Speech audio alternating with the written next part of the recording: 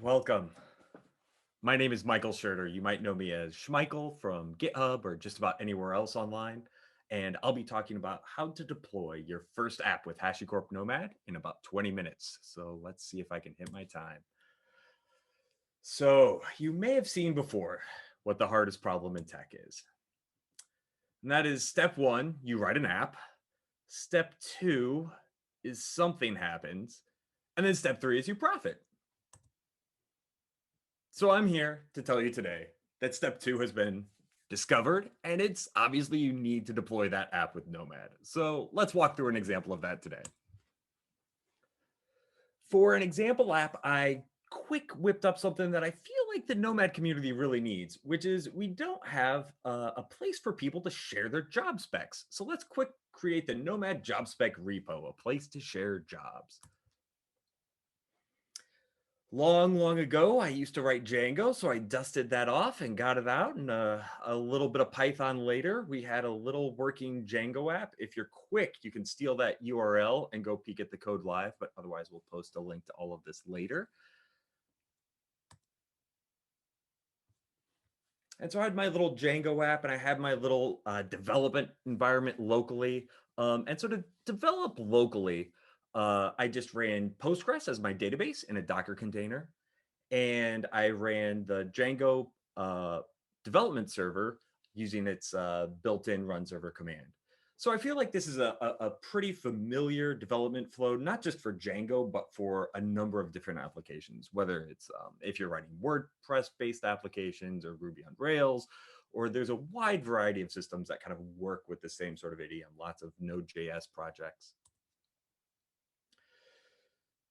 So after a little bit of local development, I had that really bare bones, ugly Nomad job spec repo you can see at the top of the screen. Note that I am not a designer. The HTML required to get that to render is about all I can manage to do. But luckily, Django also has a built-in admin page. And so I just used that to actually do the CRUD operations, the creating jobs and updating jobs and deleting jobs in that Postgres database that are then displayed in my sad little HTML user interface. So great, we have our database in a Dockerfile. We have our application, or at least, the alpha of our application written. Let's go ahead and put that in a Dockerfile so we can build an image and deploy everything using Docker. This should look like a pretty familiar Docker file for anybody who has used Python before. And so we can move on. And once the Docker file is written, Docker build is run, and then I just Docker pushed that up to Docker Hub. So now we have an image for an application that's running on Docker Hub. And so now we're ready to deploy it with Nomad. We've written our app. We have images for both our database and for our application. Let's go ahead and get it deployed. So first we need a place to deploy it to. Here at HashiCorp, obviously, Terraform is our tool of choice for actually spinning up infrastructure. In that GitHub repository that I linked earlier and we'll share later, there's a Terraform directory that will create a cluster with both Nomad and Consul already set up. And so if you just run all your familiar Terraform commands in there and have an AWS account in this case, you'll get a running Nomad cluster. AWS was used, but there's nothing really AWS specific about that. It just uses basic virtual machines and cloud load balancers that just about any hosting provider, cloud provider, infrastructure provider you use should be able to provide.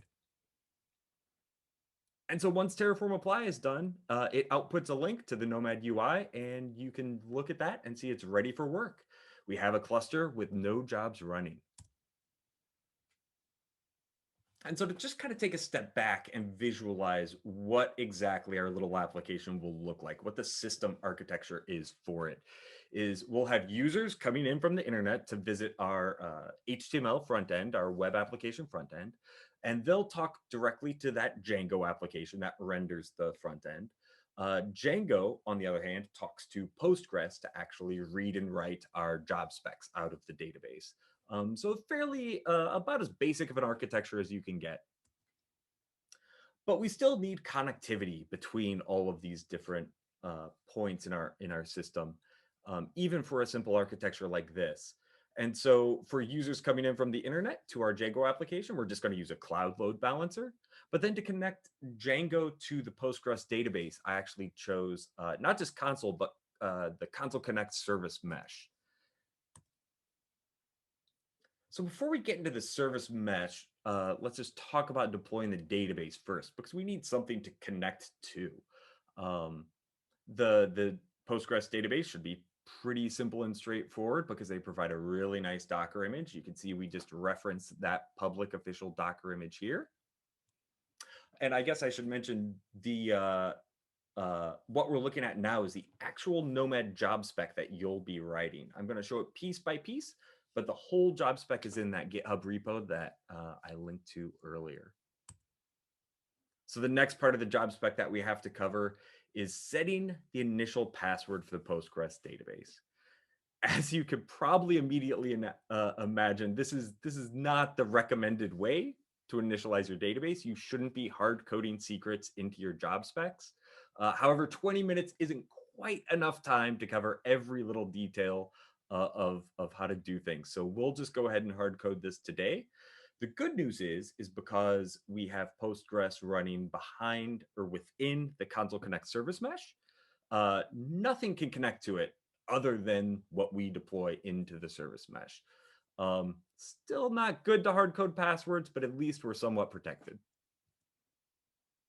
And then for every job that you run in Nomad and for every task within that job, you have to specify the resources that it's going to use. And this is what Nomad will use to find a node with these resources available to schedule it on. This can be kind of tricky to pick at first. You have to pick the amount of CPU required and the amount of memory required in megahertz and megabytes respectively. And it can be kind of hard to guess at that. It's easy to tweak as you go, and we have some tools to kind of help you determine what the right requirements might be. Now to actually set up Consul Connect, so we'll actually be able to connect to our database. Before you could use Consul Connect, we need to set up a network for the database. And we want that network to be in bridge mode. All that means is that this is going to create a network namespace for Postgres so that it's not actually running on the host network of the VM we place it on. It's running in a namespace inside that VM. And the only communication then to the database will be through Consul Connect. And so that service stanza just defines a name for this database. It can be anything you want. I named it Nomad Repo DB. And then it defines the port that our service within this namespace is going to be listening on. Port 5432 is Postgres's default port that it binds to. And so if we use that here, we need no further configuration to make sure that things in our Consul Connect service mesh can connect directly to Postgres. Those last couple of lines on this slide, the connect and sidecar servers, are what tell Nomad to spin up an Envoy sidecar proxy for Postgres. And that's what's going to handle traffic from external services and proxy it to that port 5432 inside your network namespace. And so if you go ahead and deploy just that and look at it in the Nomad UI, it would look something like this. So when you deploy a job in Nomad, it creates what's called an allocation. And that's what you see toward the top of the screen here. And an allocation is just an instance of that job. Some jobs have multiple instances. The database just has a single instance. You can see our graphs for CPU and memory are here, but they're not fully populated yet because this is freshly deployed and we don't have any services talking to it yet. Down below those graphs, you can see the task lifecycle status, which is helpful and might contain something a little unexpected.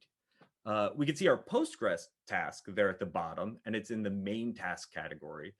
But above that, you'll see that pre-start task called Connect Proxy Nomad Repo DB. That's not anything that we specified in the previous slides. What the Connect Proxy Nomad Repo DB task is our Envoy sidecar proxy. So that when you ask Nomad to create that sidecar service for you, this is what it does. It generates this Envoy sidecar task. It starts it before your main application, and it runs as long as your main application, Postgres in our case, is still running, and acts as the proxy to receive incoming connections and make outgoing connections for services that do that. Okay, so we could kind of go back and look at our system architecture again. We got Postgres deployed, so check that off. So let's now look at how we deploy our Django application. This is going to look similar to Postgres. This is the job spec again, the job specification. This time you can tell we're in the front end group, so we're in a different task group than the Postgres database. The first difference you'll notice is that we have this count equals 3, which is a new parameter we didn't have for Postgres. So we specify count equals 3 to say we want 3 instances or 3 allocations for the front end group. And the reason we want that for our web application is because it's a stateless web application. And so to make it highly available in case one or more instances crash, as well as to make it horizontally scalable, so that when we get loads and loads of traffic to our very popular Nomad job spec repository, we can handle that traffic. We could up this count as high as we need to and handle that traffic. So we're going to create 3 instances to begin with. And Nomad has an autoscaler that we're not going to get to in this talk, but it will help you manage this count as well to automatically scale up and down based on traffic. So then we actually define the task to run our front-end Django application. As you can see, we're using Docker again, and we're using that image, that Nomad repo Docker image that I pushed up to Docker Hub early on. And then once again, we have to specify some resources, and we can always tweak those later. And again, we need to set up the connectivity for our Django application, just like we did for Postgres. So an immediate difference here is that we need ingress for our Django application. Unlike Postgres, we actually want our Django application to receive external traffic, to have ingress from the internet to our Django application. And so in this case, I did that by setting up a static port on the host, just port 80, the default HTTP port. And I'm going to forward that to port 8000, the default port that the Django run server, HTTP built-in server runs on.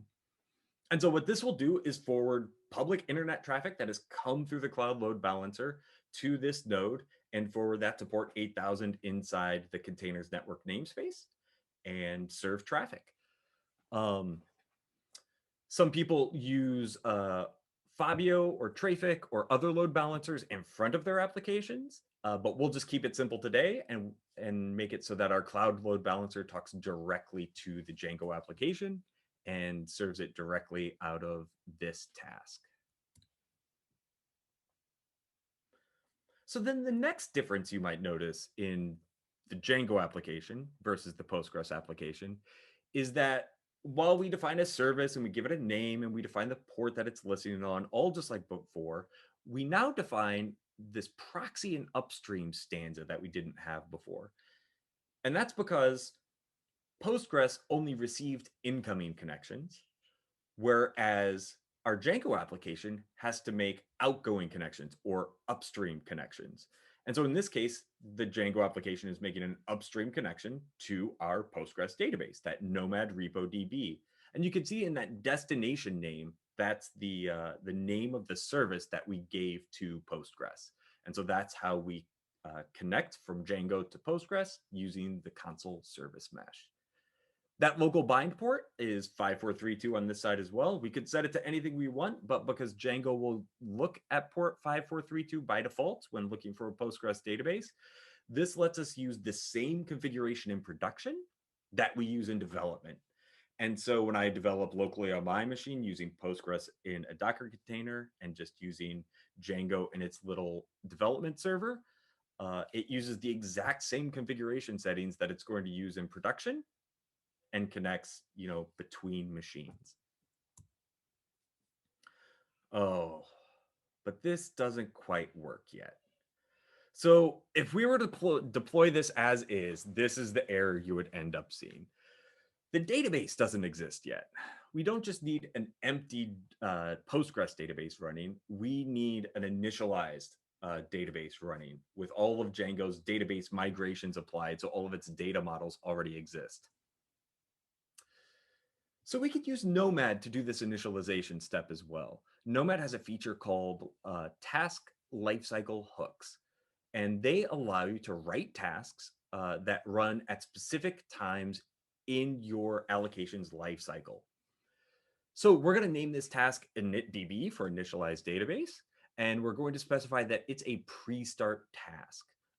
Unlike the proxy task that I pointed to earlier with Postgres, our initialized DB task will not be a sidecar. That's that sidecar equals false parameter. What that means is that the initialized DB task will run and exit, and then our main application will run. If sidecar equals true, that means we should just start this initialized DB task and run it for the entire time our main application is running.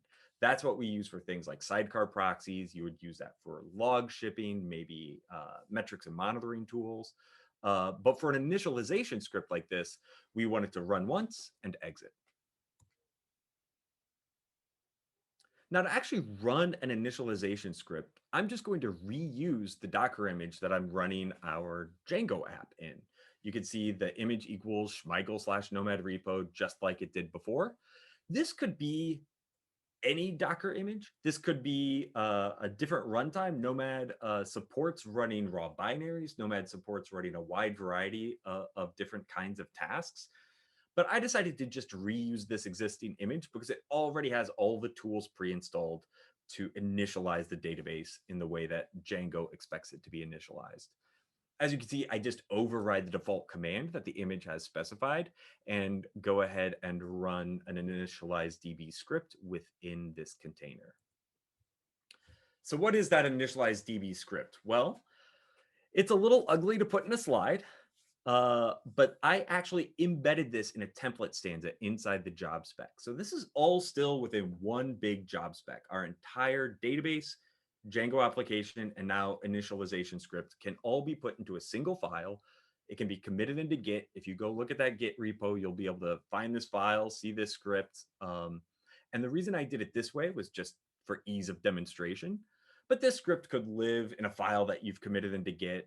It can be templated into the HCL job spec. It can be pulled out of Git, actually. There's a lot of different ways you can handle scripts like this, but inline makes it easy for demonstration purposes.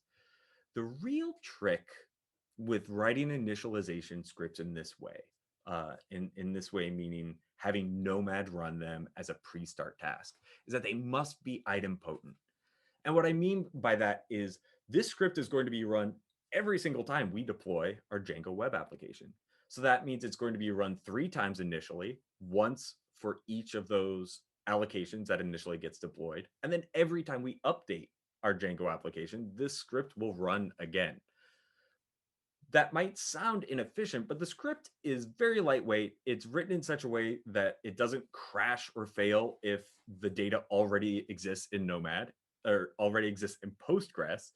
It simply tries to create it if it's not there and exits gracefully if it is already there.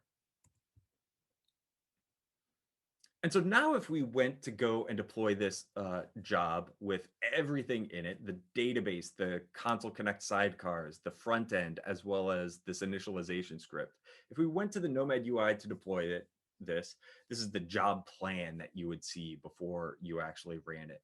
And so you can actually see each part of this job spec that we've been building throughout the presentation. You have the DB and front end task groups. And then within that DB task group, you have both the proxy as well as the main Postgres task. And then within the front end task group, you have, again, another Envoy proxy, as well as the Django front end task and that initialization task as well. Once you hit the run button, you would see a screen like this that shows everything got placed successfully. You'll notice that it says placed 4, meaning 4 allocations, and all of them are healthy. And we have 4 allocations, remember, because we have 1 database allocation and 3 front-end allocations because of that count equals 3 for the front end. And actually, if you click through on one of the front end allocations, and you can actually look at the logs that are being output by that little initialization script. And so the larger image is the initialization script as it would run the first time. And then down in the corner is what happens when the initialization script is run on subsequent runs. And so here you can see on the initial run, it actually creates the database successfully and then applies all of the Django migrations. And then on subsequent runs, you would just see output as below, where there's some error codes output, but they're just swallowed silently. And the main application is allowed to run properly. So even with that nice little initialization script that we can just let run and do its job, sometimes your applications do have some steps that are just easier to accomplish one-off manually. And luckily, Nomad has a way to get a terminal through the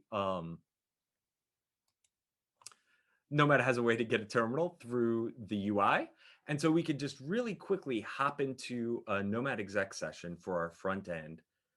And in this case, the one-off task that we need to accomplish is creating the super user for our Django application. And so I just hop in, I activate the Python virtual environment, I run the create super user management command, and I'm able to create a super user right in here without having to worry about how to script things and inject passwords and all of that. And so once I can create that super user, then I can log into the Django administration site. I can add some job specs, and we have our application running in production. In this example, I just added 3 short little job specs, and you can see them being output there. So we wrote the app, we deployed it with Nomad, and now it's time to profit? Well, now it's time that we should probably productionize things a little bit more first. So while this was a 20-minute introduction to kind of demonstrate the basics of getting an application like Django deployed with Nomad, there's still quite a bit more you'd want to do before running this in production. Postgres needs things like a CSI volume, so you would be attaching a cloud native storage volume to the Postgres instance, and that would ease things like doing backups and providing high availability to your database. Nomad supports CSI, just didn't have time to cover that in 20 minutes. Obviously, you'd want things like log shipping, metrics, and monitoring. Again, Vault for Postgres for credentials is absolutely a best practice. And then anyone who writes Django probably cringed a little bit when I used Django's built-in web server as opposed to a real web server to serve traffic on the internet. So you definitely want to add a layer in front of the Django app, something like Nginx or Fabio, Trafic, and then Python HTTP server as well. And then HTTPS can be handled by the cloud load balancer that you're using. One thing that's missing from this productionize is TLS certificates for Postgres itself. It's recommended that you encrypt traffic even within your services. Luckily, Consul Connect provides that for us. So we don't have to configure any Postgres TLS certificates, and we don't have to worry about configuring those TLS certificates then on our application side. Consul Connect provides those for us with the configuration that I already demonstrated above.